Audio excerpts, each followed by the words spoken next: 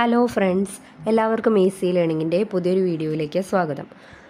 SCERT standard 10 ഹിസ്റ്ററിയിലെ chapter 2 ലോകം 20-ാം നൂറ്റാണ്ടിൽ എന്ന ചാപ്റ്ററാണ് നമ്മൾ നോക്കാൻ പോകുന്നത്.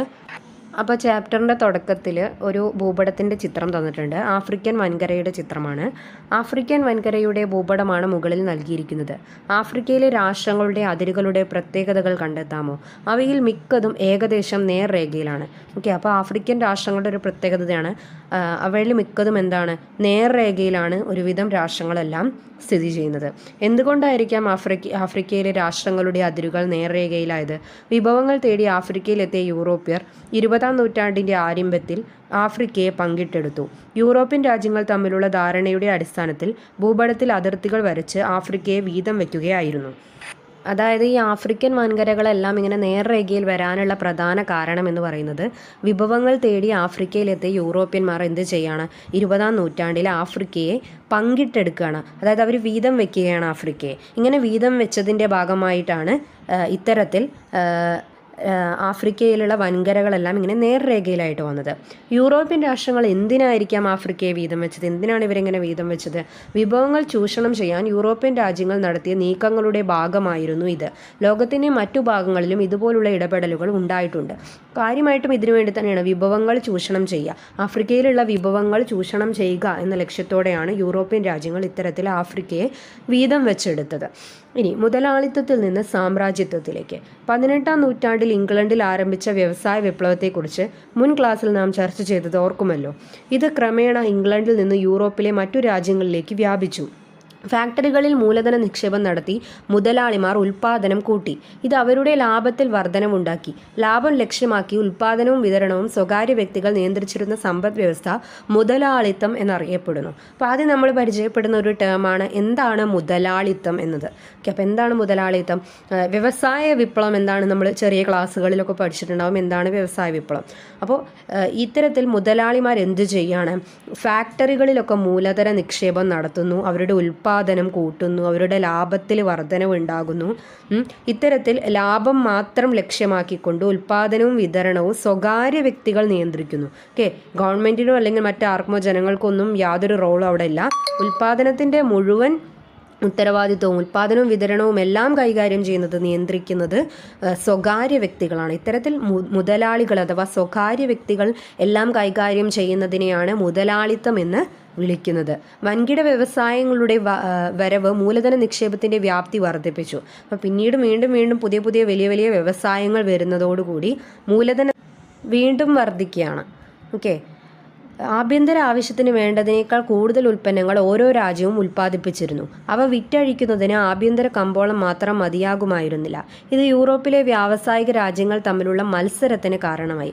അതായത് ഓരോ രാജ്യവും എന്താണ്, അവനവൻ്റെ രാജ്യത്തിന് ആവശ്യമുള്ള ഉൽപ്പന്നങ്ങളല്ല ഉൽപ്പാദിപ്പിച്ചിരുന്നത്, അതിലും കൂടുതൽ ആഭ്യന്തര ആവശ്യത്തിനേക്കാൾ കൂടുതൽ ഉൽപ്പന്നങ്ങൾ ഓരോ രാജ്യവും ഉൽപ്പാദിപ്പിച്ചിരുന്നു. അപ്പോൾ അതൊക്കെ വിറ്റഴിക്കുക എന്ന് പറയുന്നത് ആഭ്യന്തര കമ്പോളത്തിൽ, അതായത് രാജ്യത്തിൻ്റെ ഉള്ളിൽ തന്നെയുള്ള കമ്പോളത്തിൽ ഈ ഉൽപ്പന്നങ്ങളെല്ലാം വിറ്റഴിക്കാൻ മതിയാവുക. അപ്പോൾ എന്താണ്, മറ്റ് രാജ്യങ്ങളിലേക്കും ഈ ഉൽപ്പന്നങ്ങൾ ഇങ്ങനെ വിറ്റഴിക്കുന്നതിന് വേണ്ടി രാജ്യങ്ങൾക്കിടയിൽ, അതായത് യൂറോപ്പിലെ വ്യാവസായിക രാജ്യങ്ങൾക്കിടയിൽ ഒരു മത്സരം തന്നെ ഉണ്ടായി എന്നാണ് പറയുന്നത്. ഏഷ്യൻ, ആഫ്രിക്കൻ, ലാറ്റിൻ അമേരിക്കൻ രാജ്യങ്ങളുമായി യൂറോപ്യൻ രാജ്യങ്ങൾക്ക് നേരത്തെ കച്ചവട ബന്ധങ്ങൾ ഉണ്ടായിരുന്നു.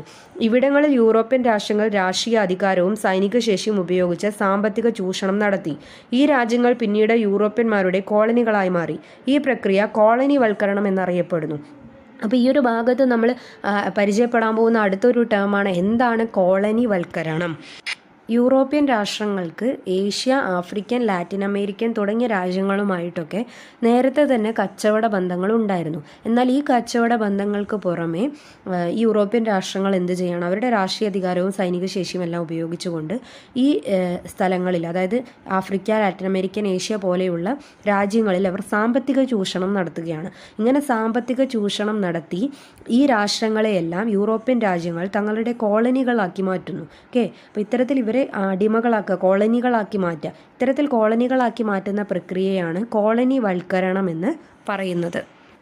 അപ്പോൾ ഈ ഒരു ഭാഗത്ത് നമ്മൾ പ്രധാനമായിട്ടും 2 ടേമുകളാണ് പറഞ്ഞത്. എന്താണ് മുതലാളിത്തം, അതുപോലെ തന്നെ എന്താണ് കോളനിവൽക്കരണം. മുതലാളിത്തത്തിൻ്റെ ചൂഷണത്തിനെതിരായി സംഘടിത തൊഴിലാളി പ്രസ്ഥാനങ്ങൾ രൂപം കൊണ്ടു. തൊഴിലാളി സംഘടനകളുടെ നിരന്തര സമരങ്ങളും അതിലൂടെ തൊഴിലാളികൾ നേടിയ വേതന വർധനവ് മുതലാളിമാരുടെ ലാഭത്തിൽ കുറവുണ്ടാക്കി. പിന്നെന്താണ് സംഭവിക്കുന്നത്? ഈ മുതലാളിമാരുടെ ചൂഷണങ്ങൾ ഇങ്ങനെ വല്ലാതെ വർദ്ധിച്ചപ്പോൾ പലതരത്തിലുള്ള തൊഴിലാളി പ്രസ്ഥാനങ്ങൾ രൂപം കൊള്ളുകയാണ്. ഈ തൊഴിലാളി സംഘടനകൾ എന്ത് ചെയ്യുന്നു? പലതരത്തിലുള്ള സമരങ്ങൾ നടത്തുന്നു. ഇത്തരത്തിൽ അവർ സമരങ്ങൾ നടത്തുന്നത് വഴി തൊഴിലാളികളുടെ വേതനം വർദ്ധിപ്പിക്കുന്നു, അവരുടെ സാലറി വർദ്ധിക്കുന്നു. ഇങ്ങനെ സാലറി വർദ്ധിക്കുന്നതോടെ മുതലാളിമാർക്ക് എന്താണ് സംഭവിക്കുന്നത്? അവരുടെ ലാഭം കുറയുകയാണ് ചെയ്യുന്നത്. അതായത് അവർക്ക് കിട്ടുന്ന ലാഭത്തിൽ കുറച്ചുകൂടി പണം എന്തിനു വേണ്ടി മാറ്റിവെക്കേണ്ടി വന്നു? ഈ തൊഴിലാളികൾക്ക് സാലറി നൽകാൻ, വേതനം നൽകാൻ മാറ്റിവെക്കേണ്ടി വന്നു. അപ്പോൾ അതെന്തിനു കാരണമായി? അവരുടെ ലാഭത്തിൽ കുറവുണ്ടാവുന്നതിന് കാരണമായി. യൂറോപ്യൻ രാജ്യങ്ങൾ കോളനികളെ അസംസ്കൃത വസ്തുക്കളുടെ കേന്ദ്രവും ഉൽപ്പന്നങ്ങൾ വിറ്റഴിക്കാനുള്ള കമ്പോളവുമായാണ് കണ്ടിരുന്നത്.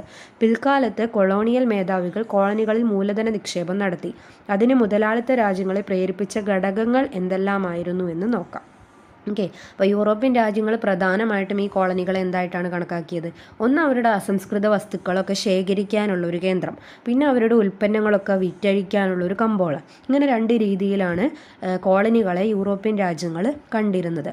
പിന്നീട് എന്താണ്? കൊളോണിയൽ മേധാവികൾ കോളനികളിൽ പലതരത്തിലുള്ള മൂലധന നിക്ഷേപങ്ങളൊക്കെ നടത്തി. ഇത്തരത്തിൽ മുതലാളിത്ത രാജ്യങ്ങൾ മൂലധന നിക്ഷേപം നടത്താൻ, കോളനികളിൽ മൂലധന നിക്ഷേപം നടത്തി എന്ന് പറഞ്ഞല്ലോ, അവരുടെ ക്യാപിറ്റൽ ഇൻവെസ്റ്റ് ചെയ്തു. അപ്പോൾ ഇത്തരത്തിൽ മൂലധന നിക്ഷേപം നടത്താൻ മുതലാളിത്ത രാജ്യങ്ങളെ പ്രേരിപ്പിച്ച ഘടകങ്ങൾ എന്തെല്ലാമാണെന്നാണ് അടുത്ത നമ്മൾ നോക്കാൻ പോകുന്നത്. അപ്പോൾ പ്രധാനമായിട്ടും 3 ഘടകങ്ങളാണ്. തൊഴിലാളികളുടെ കുറഞ്ഞ കൂലി, അസംസ്കൃത വസ്തുക്കളുടെ ലഭ്യത, കോളനികളിൽ ഉൽപ്പാദിപ്പിച്ച് കോളനികളിൽ തന്നെ വിതരണം ചെയ്യുമ്പോഴുള്ള കുറഞ്ഞ ചെലവ്. ഇതൊക്കെയായിരുന്നു പ്രധാന കാരണം. തൊഴിലാളികൾക്ക് വളരെ കുറച്ച് കൂലി കൊടുത്താൽ മതി, അസംസ്കൃത വസ്തുക്കൾ ധാരാളം ലഭിക്കും ഈ കോളനികളിൽ നിന്ന്. അതുപോലെ ഈ കോളനികളിൽ തന്നെ ഉൽപ്പാദിപ്പിച്ച് കോളനികളിൽ തന്നെ വിതരണം ചെയ്യാം. അപ്പോൾ ഇങ്ങനെ അവിടെ തന്നെ വിതരണം ചെയ്യുമ്പോൾ എക്സ്പോർട്ടൊന്നും ചെയ്യേണ്ടി വരുന്നില്ല അല്ലേ? അപ്പോൾ ചെലവ് കുറയും. അപ്പോൾ ഈ പ്രധാനപ്പെട്ട 3 ഘടകങ്ങൾ കൊണ്ട് തന്നെയാണ് കോളനികളിൽ എന്ത് ചെയ്യുന്നത്? മുതലാളിത്ത രാജ്യങ്ങൾ അവരുടെ ക്യാപിറ്റൽ ഇൻവെസ്റ്റ് ചെയ്യാൻ തയ്യാറാവുന്നത്. കോളനികളിലേക്കുള്ള മൂലധന കയറ്റുമതിയുടെ ഘട്ടം സാമ്രാജ്യത്വം എന്നറിയപ്പെടുന്നു. അടുത്തൊരു ടേമാണ് നമ്മൾ പഠിക്കുന്നത്, സാമ്രാജ്യത്വം. കോളനികളിലേക്കുള്ള മൂലധന കയറ്റുമതിയുടെ ഘട്ടത്തെയാണ് സാമ്രാജ്യത്വം എന്ന് വിളിക്കുന്നത്. അല്ലെങ്കിൽ എങ്ങനെ പറയാം? ഒരു രാജ്യം മറ്റൊരു രാജ്യത്തിനുമേൽ സ്ഥാപിക്കുന്ന രാഷ്ട്രീയ, സാമ്പത്തിക, സാംസ്കാരിക ആധിപത്യം സാമ്രാജ്യത്വത്തിൻ്റെ സവിശേഷതയാണ്. അപ്പോൾ സാമ്രാജ്യത്വത്തെ നമുക്ക് 2 രീതിയിൽ പറയാം.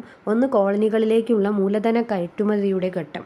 അതുപോലെ ഒരു രാജ്യം മറ്റൊരു രാജ്യത്തിനുമേൽ സ്ഥാപിക്കുന്ന രാഷ്ട്രീയ, സാമ്പത്തിക, സാംസ്കാരിക ആധിപത്യത്തെ സാമ്രാജ്യത്വം എന്ന് വിളിക്കുന്നു.